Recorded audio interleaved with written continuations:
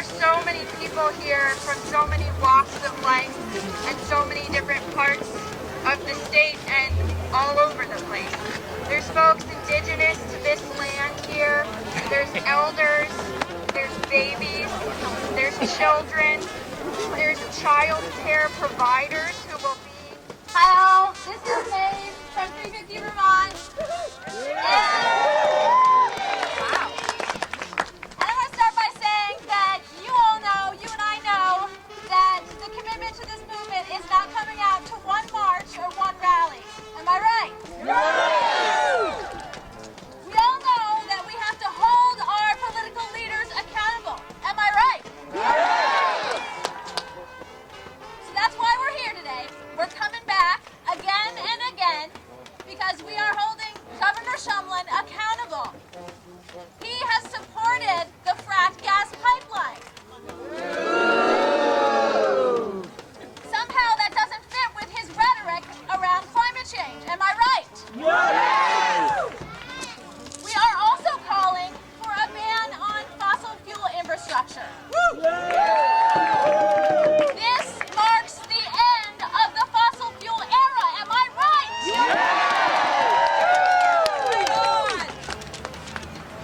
I find it ironic that about 3 years ago we had one of the biggest climate rallies in Vermont happen right here. And you know who spoke at that rally?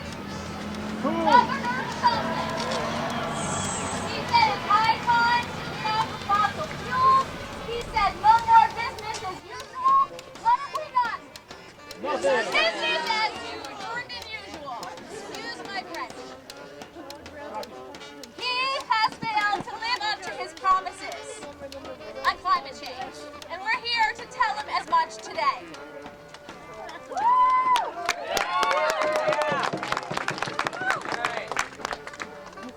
We know, too, that to communicate the urgency of this crisis, we have to take more courageous and more bold steps. Am I right?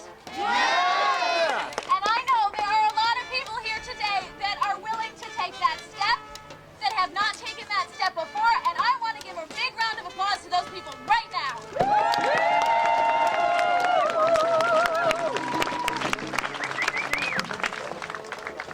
Before we move into the next phase, I want to thank those people that are taking that next step and thank them for taking the time to maybe come to a training to read up on the action agreements, which are right here in front. If those could come up.